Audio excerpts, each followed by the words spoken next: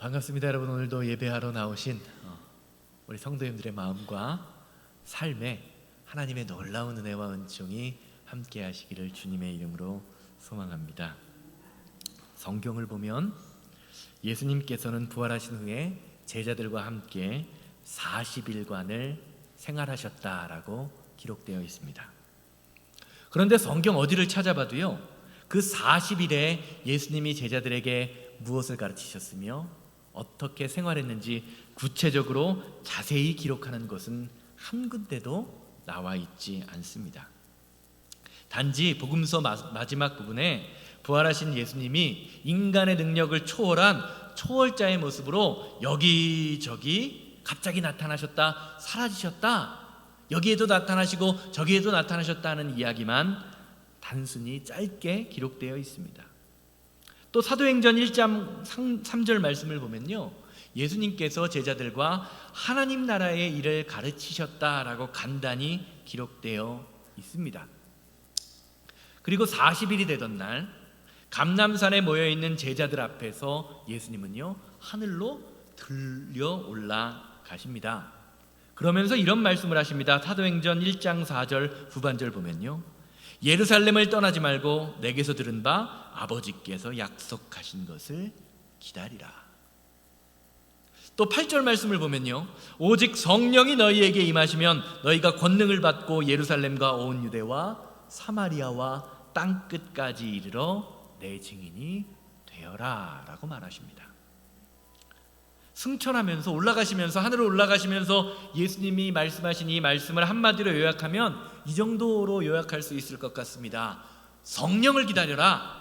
너희에게 성령이 임하면 너희가 온 세상에 복음을 전하는 복음의 전도자, 증인이 될 것이다. 성경은요, 예수님이 하늘로 올라가시는 장면을요 다음과 같이 묘사합니다. 9절에서 11절 말씀 보세요. 이 말씀을 마치시고 그들이 보는데 올려져 가시니 구름이 그를 가리어 보이지 않게 하더라. 올라가실 때에 제자들이 자세히 하늘을 쳐다보고 있는데 흰옷 입은 두 사람이 그들 곁에 서서 이르되 갈릴리 사람들아, 어찌하여 서서 하늘을 쳐다보느냐? 너희 가운데에서 하늘로 올려지신 이 예수는 하늘로 가심을 본 그대로 오시리라 하였느니라. 성경은 하늘로 올라가시는 주님을 바라보는 제자들의 모습에 관하여 하늘을 쳐다보았다, 이렇게 하늘을 쳐다보고 있었다라고 이야기합니다. 하늘을 쳐다보았다라고 이야기하는데 하늘을 쳐다보았다는 게 과연 무슨 의미일까요? 저는 이 말씀을 묵상하면서 만약에 예수님이 하늘로 올라가시는 그 자리에 제가 있었다면 어떤 마음이 들었을까라는 생각을 해보았습니다. 여러분 한번 생각해 보세요. 지금 여러분의 눈앞에서 예수님이 하늘로 들려 올라가십니다. 그리고는 구름 사이로 갑자기 사라져 버리십니다. 무슨 생각을 하시겠습니까? 와, 예수님 승천하시는 것, 하늘로 올라가시는 것 정말 멋있구나. 정말 예수님이야. 예수님은 인생도 멋지게 사셨는데 떠나는 것도 멋지게 떠나시는구나 라는 고백을 하면서 하늘로 올라가시는 주님의 모습에 감격만 했을까요? 어떻게 생각하십니까? 만약 제가 그 자리에 있었다면 저는 승천하시는 예수님의 모습을 보면서 감격하기보다는요, 불안하고 무서운 마음이 들었을 것 같습니다. 예수님이 떠나가시네? 예수님이 떠나버리시면 나는 이제 이 세상 어떻게 살지? 이 마음이 들었을 것 같아요. 왜냐하면 지금까지는요, 부활하신 예수님이 나를 지켜주신다라는 확신이 있었지만 이제는 그런 예수님이 사라져버린 거기 때문입니다. 며칠 전에 저희 둘째 딸 유정이를 학교에서 집에 데려다 준 후에 뒷마당을 좀 정리해야 할 것 같아서 한 10분에서 15분쯤 마당을 정리하고 잡초도 뽑고 이것저것 정리할 것을 정리하고 집에 들어갔습니다. 그런데 집에 들어가 보니까요, 유정이가요 대성통곡을 하면서 아빠 하고 엉엉 울고 있는 거예요. 왜 그랬을까요? 제가 유정이에게 왜 그랬냐고 물어보니까요, 집에 들어와 보니까 엄마를 찾았는데 엄마도 없고, 아빠랑 분명히 같이 왔는데 아빠를 아무리 찾아도 아빠가 안 보이는 거예요. 그래서요, 아빠가 자기를 혼자 내버려 두고 어디 갔는 줄 알고 무서워서 혼자 엉엉 한 15분 동안 울고 있었다라고 이야기를 하더라고요. 엄마 아빠만 없어도 이렇게 무서워요. 이게 사람, 아이의 심령입니다. 아마 부활을 목격했던 제자들, 그 승천을 목격했던 제자들의 마음도 이러지 않았을까라는 생각이 들었습니다. 지금까지는요, 부활하신 예수님을 직접 눈으로 보았습니다. 손으로 만져보았습니다. 함께 있었기에 어떤 어려움이 있어도 이겨낼 수 있었다라는 마음속에 용기가 생겼습니다. 만약에 로마의 군병들이요 찾아와 문을 부수고 찾아와 그들을 위협해도 예수님 뒤에 숨기만 하면 다 이겨낼 수 있을 것 같다는 마음의 든든함이 있었어요. 그런데 영원히 나를 지켜줄 것 같았던 그 주님이요, 어느 날 갑자기 사라져버리신 겁니다. 이런 점에서 예수님의 승천은요, 단지 신비롭고 놀랄 일만, 그런 일로만 끝나는 것이 아닙니다. 어떤 면에서는 초대교회 성도들에게 예수님의 부재, 예수님의 사라짐이라는 심각한 영적 위기를 가져다준 사건의 시작이라고 이야기할 수 있습니다. 그리고 그 불안의 흔적이 오늘 말씀 가운데 나타납니다. 1장 12절에서 15절 말씀 함께 보십니다. 제자들이 감람원이라 하는 산으로부터 예루살렘에 들어오니 이 산은 예루살렘에서 가까워 안식일에 가기 알맞은 길이라. 들어가 그들이 유하는 다락방으로 올라가니 베드로와 요한과 야고보, 안드레와 빌립, 도마와 바돌로메, 마테와 및 알페오의 아들 야고보, 셀롯인 시몬, 야고보의 아들 유다가 다 거기 있어 여자들과 예수의 어머니 마리아와 예수의 아우들과 더불어 마음을 같이하여 오로지 기도에 힘쓰더라. 모인 무리의 수가 약 120명이 되더라. 그때에 베드로가 그 형제들 가운데 일어서서 이르되. 오늘 말씀을 보면요, 예수님의 승천을 경험했던 제자들이요 예루살렘으로 돌아옵니다. 그리고 마가의 다락방에 모입니다. 성경은 그 숫자를 120명 정도 되었다라고 이야기합니다. 실제로 이들은요, 주님이 하늘로 올라가실 때 약속하신 그대로, 그 약속의 말씀대로 마가의 다락방에서 엄청난 성령 충만의 역사를, 은혜를 경험합니다. 그런데 참 재미있는 것은요, 이들의 숫자입니다. 혹시 여러분 예수님의 승천을 목격한 사람들의 숫자가 몇 명이 된다고 성경이 기록하는지 아십니까? 몇 명이나 될 것 같으십니까? 고린도전서 15장 말씀을 보면요, 예수님의 승천을 경험한 사람들의 숫자가 500명 정도 된다라고 이야기합니다. 그런데 남아있는 자들은 몇 명이죠? 120명입니다. 여러분 생각해 보세요. 380명은 어디에 갔을까요? 사랑하는 여러분, 하나님의 약속을 받는 것도 중요합니다. 그러나 더 중요한 것이 있습니다. 약속을 내 삶에서 이루어 나가는 것입니다. 예수님의 승천을 경험했던 500명의 성도들, 같은 자리에서 같은 약속을 받습니다. 그런데 그 중에 380명은요 그 약속을 내 삶에서 내 것으로 만들지 못합니다.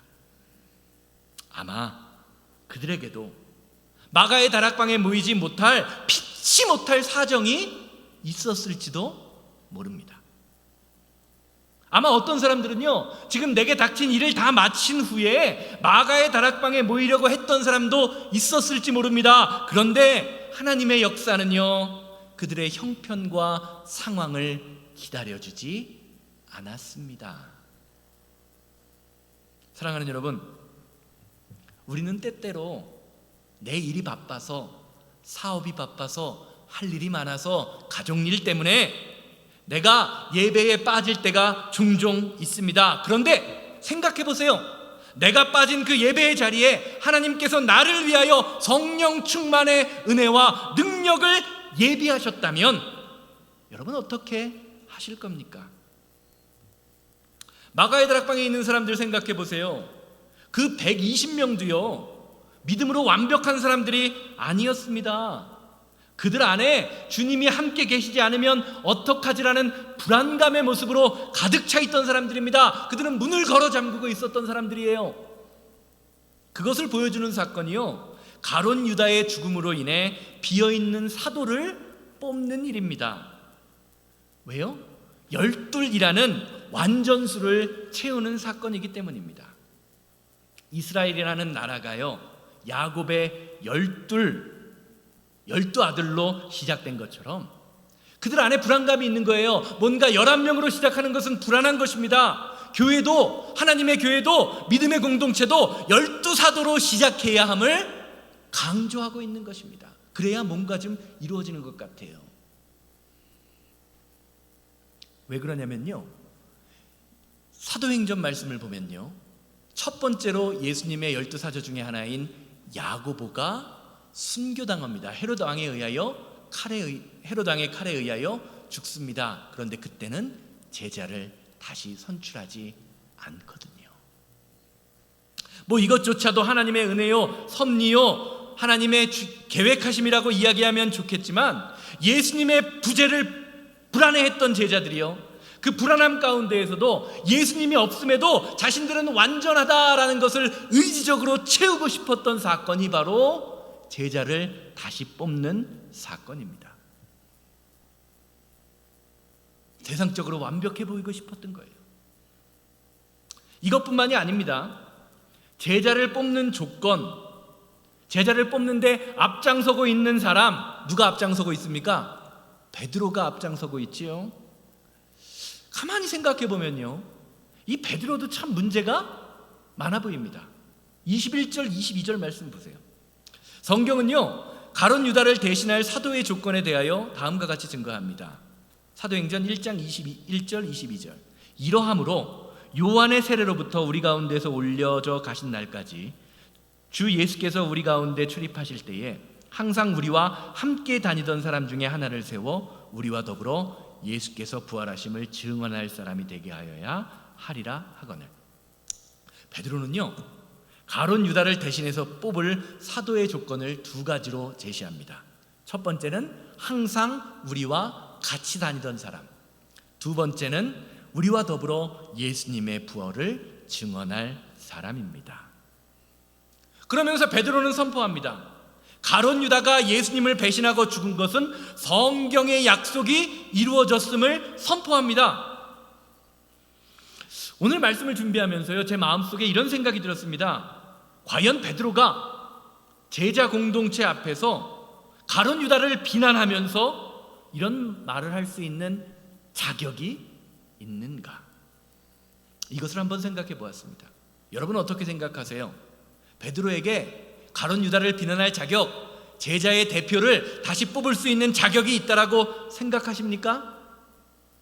세상적 관점으로 볼 때 베드로나 가룟 유다나 도토리 기재기입니다. 둘 다 배신자라는 말이에요. 한 사람은요, 자신의 이익을 위해서 예수님을 팔아먹었습니다. 또 다른 한 사람은요, 예수님의 죽음 앞에서 자신도 고난받을까봐, 자신도 죽을까봐 그것이 두려워서 예수님을 모른다고 3번이나 부인하고, 그것도 모자라 예수님을, 십자가에 달린 예수님을 저주했습니다. 그런데 한 사람은 죄책감을 느껴 자살하고 그것이 마땅한 것이다라고 이야기하고 있고요. 또 한 사람은요, 아무렇지도 않게 지도자로, 교회의 지도자로 세워져 다시 교회의 역사 안에 재등장합니다. 도대체 이 두 명 가운데, 두 명의 사이에서 무슨 차이가 있길래 이렇게 전혀 다른 길을 걷고 있는 걸까요? 세상적 관점으로 보면요, 베드로는 얼굴에, 이 면상에 철판을 깔았다라고 할 정도로, 그렇게 말해도 과언이 아닐 만큼 뻔뻔한 사람처럼 보입니다. 그런데 오늘 말씀을 준비하면서 베드로의 이야기를 묵상하면 묵상할수록 베드로의 모습이 나의 모습이며 우리 교회의 모습은 아닌가라는 생각을 해보게 되었습니다. 사실 세상적 자격으로만 따진다면 마가의 다락방에 모인 120명 가운데 주님 앞에 떳떳이 나올 사람은 제자들도 아닙니다. 모인 여인들과 예수님의 어머니 마리아 정도밖에 없습니다. 다 예수님의 십자가 고난 앞에서 도망갔던 사람들입니다. 그런데 예수님은요, 그런 배신자들을 다 다시 사용하십니다. 세상에 어떤 말이 있죠? 사람은 고쳐서 쓰는 게 아니다. 한 번 배신한 놈은 어떻게 한다? 또 배신한다. 우리가 그런 말 많이 하잖아요. 그런데 예수님은 그렇게 하지 않으십니다. 모든 것이 하나님의 은혜가 아니고서는 설명이 되지 않아요. 그리고 이렇게 제자들 될 수 있는 그 중심 사건에는요, 예수님의 찾아와 주심이 있었다고 성경은 증거합니다. 사도행전 1장 3절 말씀 보세요. 그가 고난을 받으신 후에 또한 그들에게 많은 증거로 친히 살아계심을 나타내사 40일 동안 그들에게 보이시며 하나님 나라의 일을 말씀하시느니라. 사랑하는 여러분, 예수님은 좌절하고 있는, 실패하고 있는, 질병으로 아파하고 있는 저와 여러분들의 인생을 찾아와 주시는 분입니다. 성경을 보세요. 부활하신 주님께서 가장 먼저 하신 일은요, 패배감에 사로잡힌 제자들, 예수님을 부인하며 예수님을 도망했던, 그 십자가를 부인했던 그 제자들을 찾아가 주신 일입니다. 그리고 그들에게 부활의 승리를 선포하시며 가르치십니다. 예수님의 부활을 의심하면서 못자국을 만져보고 싶었던 제자들, 창자국을 만들어보고 싶었던 제자들에게는 직접 손을 내미시고 옆구리를 내미시면서 그 못자국과 창자국을 만지게 하십니다. 예수님을 부인하며 의기소침해 있던 제자에게는요, 직접 그 입으로, 예수님을 부인했던, 저주했던 그 입으로 다시 예수님을 사랑한다고 고백하게 하십니다. 사실 오늘 본문을 처음 묵상할 때는 베드로가 참 뻔뻔해 보였습니다. 그런데 말씀을 깊이 묵상하면 묵상할수록 베드로의 뻔뻔함이 보이는 게 아니라 제자들을 찾아왔던 은혜, 예수님의 사랑이 보이기 시작했습니다. 왜냐하면 십자가를 배신한 제자들, 베드로를 찾아와 주신 예수님께서, 그래서 그들을 다시 제자 삼아 주시며 하나님의 사역을 맡기신 예수님께서요, 오늘날에도 이 시간 저와 여러분들, 복음을 배신하며 복음을 부인했던 저와 여러분들을 찾아와 주셔서 주님의 일꾼으로 삼아주고 계시기 때문입니다. 사랑하는 여러분, 예수님의 은혜가 아니면, 예수님의 찾아와 주심이 아니면요, 지금 이 자리에 나와 예배할 수 있는 사람이 과연 누가 있습니까? 사랑하는 여러분, 성도의 가장 큰 능력은요, 주님과 함께 하느냐 아니냐에 달려 있습니다. 비록 죄를 지었지만, 비록 배신했지만 나를 찾아오실 주님을 영접하면서 그분 곁에 머물기를 갈망하는 사람은요, 주님께서 회복을 주십니다. 이것이 베드로와 유다의 차이점이요, 오늘 모이신 여러분들과 세상 사람들의 차이점입니다. 사랑하는 여러분, 예수님은 여러분들을 찾아오고 계십니다. 그 찾아오심을 경험하고 계신가요? 제자들은요, 예수님의 찾아오심을 경험했습니다. 그리고 그 찾아오심에 순종하려고 합니다. 그것이 잘 드러나는 것이 바로 유다를 대신할 사도를 뽑는 방법이에요. 유다를 대신할 사도 마띠아를 어떻게 뽑았나요? 어떻게 뽑았죠? 제비 뽑기로 뽑았습니다. 잠언 16장 33절에 보면요, 성경은 제비 뽑기에 관하여 다음과 같이 증거합니다. 제비는 사람이 뽑으나 모든 일을 작정하기는 여호와께 있느니라. 구약 시대에 사실 제비 뽑기는요, 사람을 뽑는 가장 중요한 방법 중에 하나로 사용되었습니다. 성경을 보면 아이성에서 패배하여 하나님께서 이스라엘 백성들의 죄 때문에 패배했다라고 이야기할 때 아간이 뽑히는 과정, 모든 것을 제비 뽑기로 합니다. 또 폭풍 속에서 하나님의 뜻을 거역한 사람 요나가 그 배 가운데에서 신의 뜻을 거역한 사람으로 뽑힐 때에도 제비 뽑기로 뽑혔습니다. 성경은요, 다른 부분, 많은 부분에 있어서 제비 뽑기로 사람을 뽑곤 했습니다. 그런데 오늘 본문 말씀이 참 흥미로운 점은요, 초대교회 신약으로 넘어온 이후에는요, 제비를 뽑아서 사람을 뽑은 일이 오늘 본문 말씀 이외에는 나오지 않는다라는 것이죠. 오히려 성경을 보면요, 교회의 일꾼을 뽑는 엄격한 기준을 세웠습니다. 이것을 설명하는 것이 디모데전서 3장이지요. 시간 되시는 분은 한번 나중에 가서 디모데전서 3장을 읽어보시기를 바랍니다. 디모데전서 3장을 보면요, 교회의 직분자를 세울 때 교회 공동체가 그 사람을 평가하면서 검증해야 할 세세한 내용들이 나오는 것을 보게 됩니다. 그 사람이 평소에 생활은 어떤지, 술에 중독되지는 않았는지, 신앙생활은 열심히 하며 헌금생활은 열심히 하는지, 그 자신을 바라보기도 하고요, 심지어는 그들의 가족까지도 검증을 합니다. 그만큼 교회의 임무를 세우는데 아무나 세우지 않았다는 것을 이야기하죠. 그런데 오늘 말씀을 보면요, 교회의 시작을 알리는 사도를 뽑는데요, 제비 뽑기를 해요.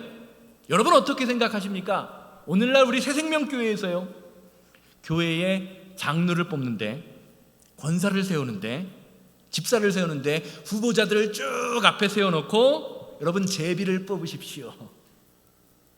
그래서 집사도 뽑고 권사도 뽑고 장로도 뽑겠습니다 라고 한다면 여러분 그 결과를 받아들이시겠습니까?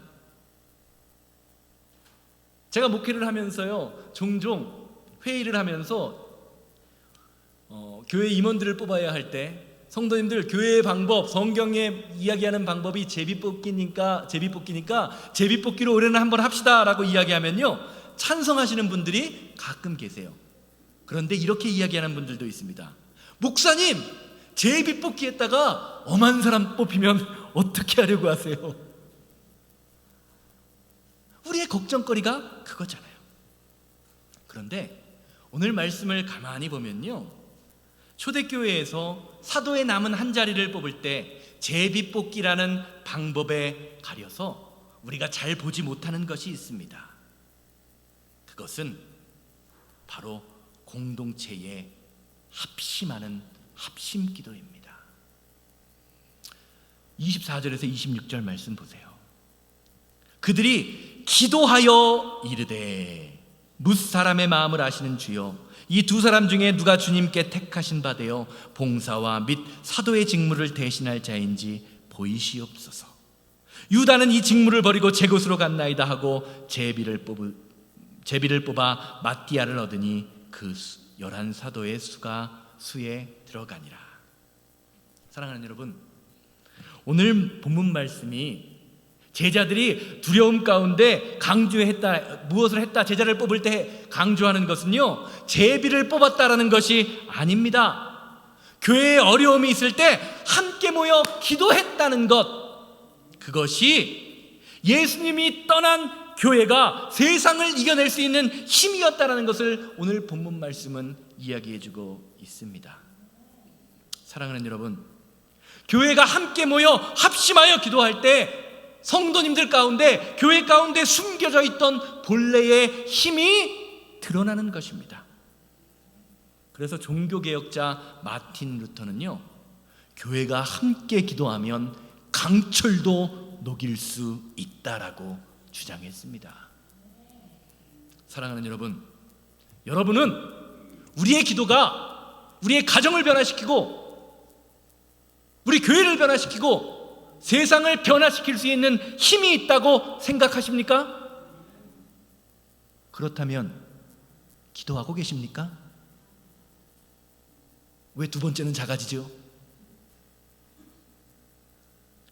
오늘 읽은 사도행전 1절 말씀을 기도의 맥락으로 다시 읽어보기를 바랍니다. 예수님이 승천하시면서요, 제자들을 향해 지상명령을 주고 떠나가십니다. 너희는 예루살렘과 온 유대와 사마리아와 땅끝까지 이르러 내 증인이 되어라. 여러분, 자, 이제 제자들의 반응을 보세요.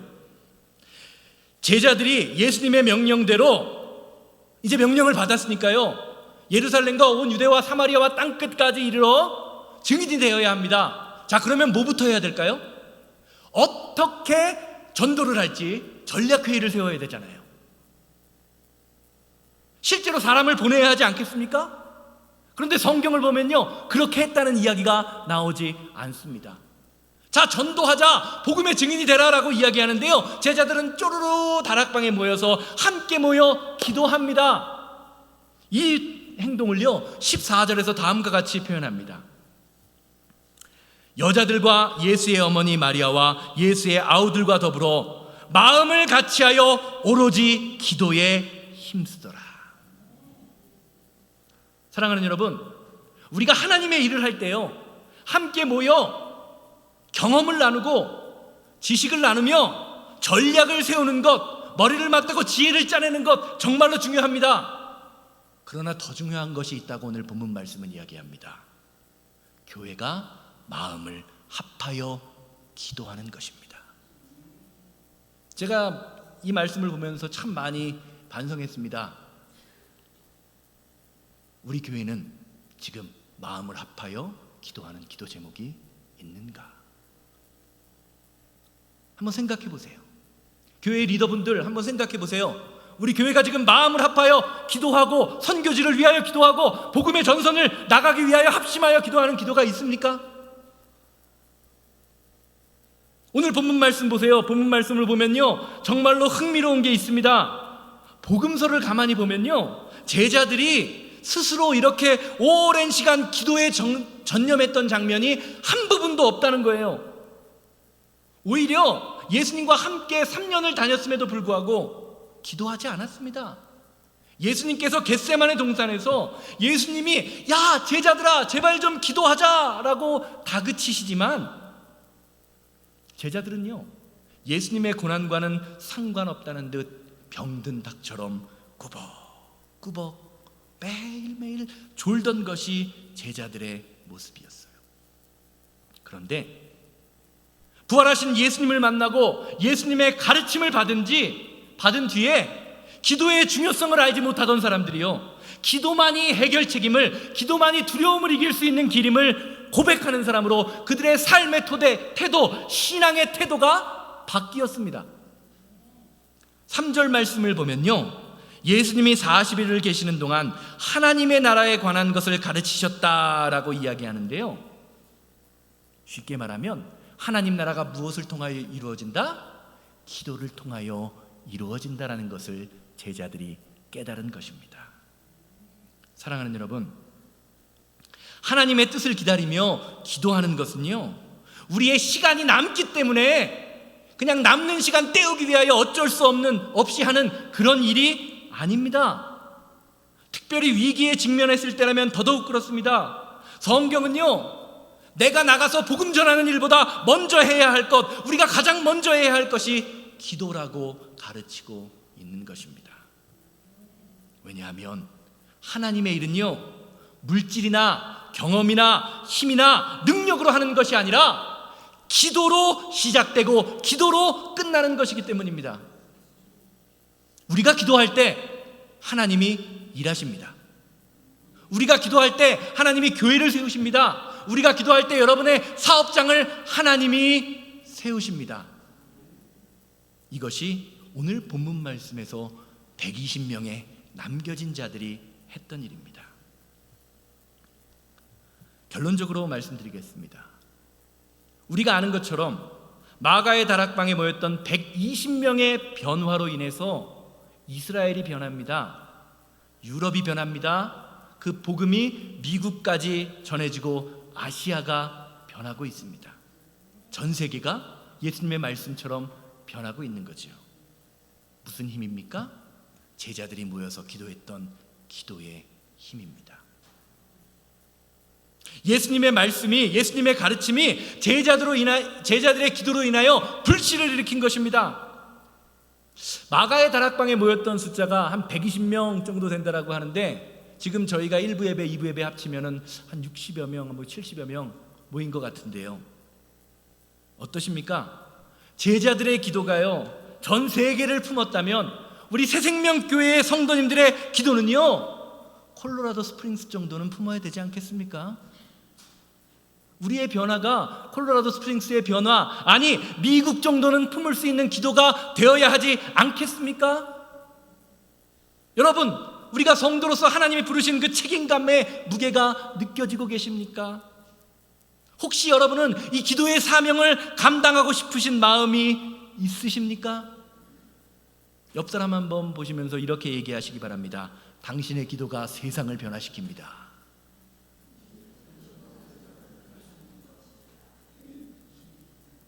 정말로 여러분의 기도가 세상을 변화시킨다고 믿으십니까? 여러분, 남편의 기도가 아내를 변화시킵니다. 믿으십니까? 아내의 기도가 남편을 변화시킵니다. 부모의 기도가 자식을 변화시킵니다. 우리의 기도가 교회를 변화시킵니다. 믿으십니까? 그런데 우리는 때때로 기도의 능력을 믿지 못할 때가 너무 많아요. 목회를 하다 보면요, 어려움을 당하신 분들의 이야기를 들을 때가 참 많습니다. 그럴 때마다 저는 목회자로서 종종 그 대화를 마치면서 이렇게 이야기하죠. 기도하겠습니다.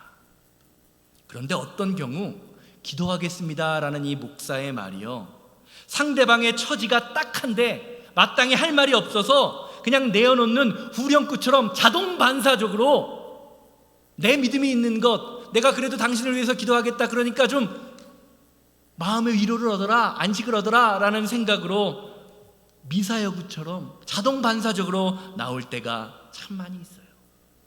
솔직한 목사의 심정입니다.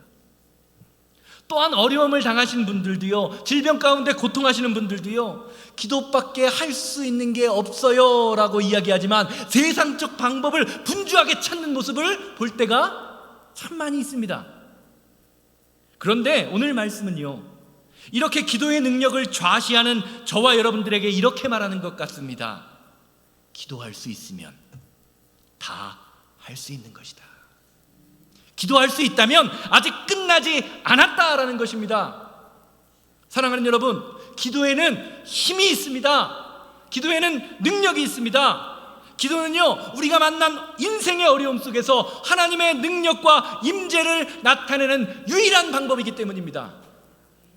왜냐하면 기도가요, 하나님의 약속 안에 거하는 약속에 담겨져 있기 때문입니다. 마태복음 21장 22절 말씀 보세요. 너희가 기도할 때에 무엇이든지 믿고 구하는 것은 다 받으리라 하시니라. 사랑하는 여러분, 기도는 저와 여러분들의 욕망을 채우는 위시리스트가 아닙니다. 저와 여러분들이 하고 싶은 것을, 사고 싶은 것을 담는 장바구니, 그 장바구니가 아닙니다. 이 땅에서 하나님의 뜻을 이루는 가장 선한 무기가 바로 기도입니다. 문제가 있으십니까? 어려움이 있으십니까? 함께 모여 합심하여 기도하시기 바랍니다. 영적 침체로 힘들고 어려우십니까? 기도하십시오. 하나님이 회복을 주십니다. 마음에 미운 사람이 있으십니까? 기도해 보십시오. 사랑하는 마음을 주십니다. 질병과 아픔과 상처가 나를 주장합니까? 기도하십시오. 하나님이 문제를 해결할 지혜를, 사람을 만나게 해주실 것입니다. 결국 교회의 문제는 우리의 문제는 무엇입니까? 기도하지 않는 것입니다. 바쁘십니까? 때로 많은 분들이 그렇게 이야기하죠. 너무 바빠서 기도할 시간이 없습니다. 그런데 성경은 말합니다. 인생에서 가장 바쁘고 급할 때, 그때가 주님을 기다리며 기도해야 할 가장 시급한 순간임을 오늘 본문 말씀은 이야기하고 있는 것입니다. 우리 새생명교회가 기도로 소문나는 교회, 하나님의 응답으로 소문나는 교회가 되기를 주님의 이름으로 소망합니다. 주님의 뜻이 하늘에서와 같이 우리 땅에, 우리의 삶의 자리에 임하기를 기다리며 기도하는 저와 여러분들 되기를 주님의 이름으로 소망합니다. 이것이 이 땅에 남겨진 저와 여러분들이 해야 할 사명입니다. 다 같이 자리에서 일어나셔서 이 세상을 살아가는 동안에 부르시고, 주님, 내가 기도할 수 있는데 기도하지 않았습니다. 내가 예배할 수 있는데 핑계를 대면서 예배하지 못했던 나의 모습을 돌이켜 주시옵소서. 다 같이 통성으로 기도합니다.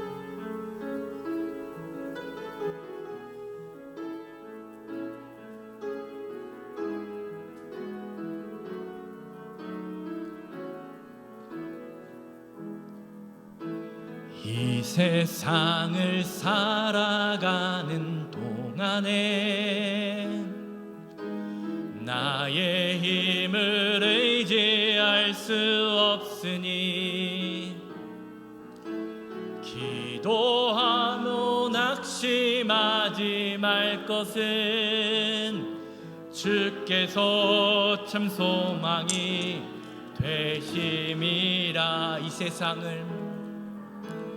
이 세상을 살아가는 동안에 나의 힘을 의지할 수 없으니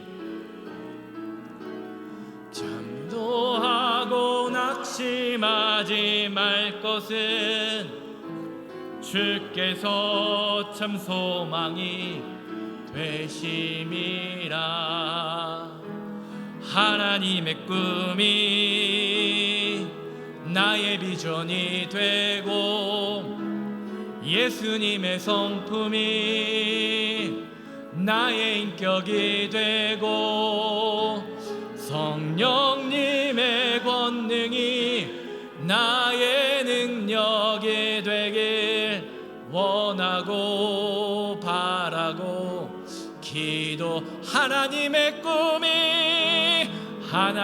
꿈이 나의 능력이 되고 예수님의 성품이 나의 인격이 되고 성령님의 권능이 나의 능력이 되길 원하고 바라고 기도. 시간 다 같이 기도하실 때, 주님, 내가 기도를 범하는 죄를 범하게 하시니, 아버지 범한 것을 깨닫게 하시니 감사합니다. 이제는 주님 앞에서 더불어 합심하여 기도하는 교회가 되게 하여 주시어서 하나님이 우리에게 주신 사명, 복음 전파 사명에 하나님 나라를 세우며 하나님의 귀한 은혜를 전하는 믿음의 일을 감당할 수 있는 은혜의 자녀들 되게 하여 주시옵소서. 다 같이 주여 한번 외치고 기도합니다. 주여!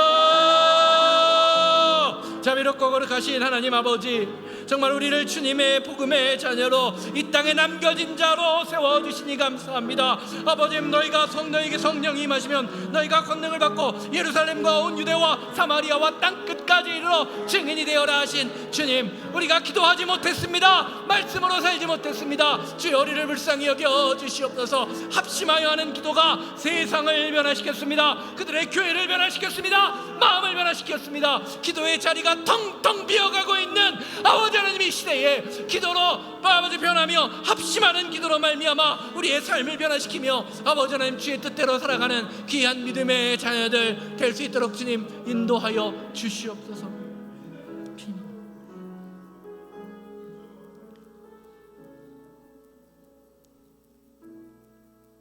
주님, 기도해야 함에도 불구하고 그래야 성령 충만함을 받고 말씀의 능력대로 살 수 있다라는 것을 믿음으로 고백함에도 불구하고 기도의 자리가 비어갑니다. 합심하여 기도하기보다는 세상적인 지혜를 세상적으로 하나님의 일을 하려고 하는 우리의 경험과 관습이 있습니다. 교회에 어려움이 있을 때, 두려움이 있을 때 기도하면 하나님이 해결해 주신다는 것을 믿음으로 고백하지만 너무 먹고 살기가 편해서 오히려 기도할 것이 없는 것처럼 느껴질 때도 참 많이 있습니다. 주님, 이런 우리들을 불쌍히 여겨주시고 남겨진 자들이 기도함으로 성령 충만의 은혜를 받았던 것처럼 우리 교회가 기도함으로 이 지역사회를 변화시키고 우리의 가정을 변화시키고 우리의 삶을 변화시키는 믿음의 자녀들로 변화되게 하여 주시옵소서. 하나님이 이 자리에 계시오니 우리를 기도의 용사로, 능력의 용사로 변화시켜 주시옵소서. 이제는 우리 주 예수 그리스도의 은혜와 아버지 하나님의 거룩하심과 성령님의 감화감동 역사하심이 어떤 상황 속에서도 합심하여 기도하기 원하는, 그래야 성령 충만의 은혜를 받기 원하는 우리 성도님들의 삶과 가정과 사업장 만나는 모든 사람들 위해 이제로부터 영원토록 함께 있을지어다. 아멘.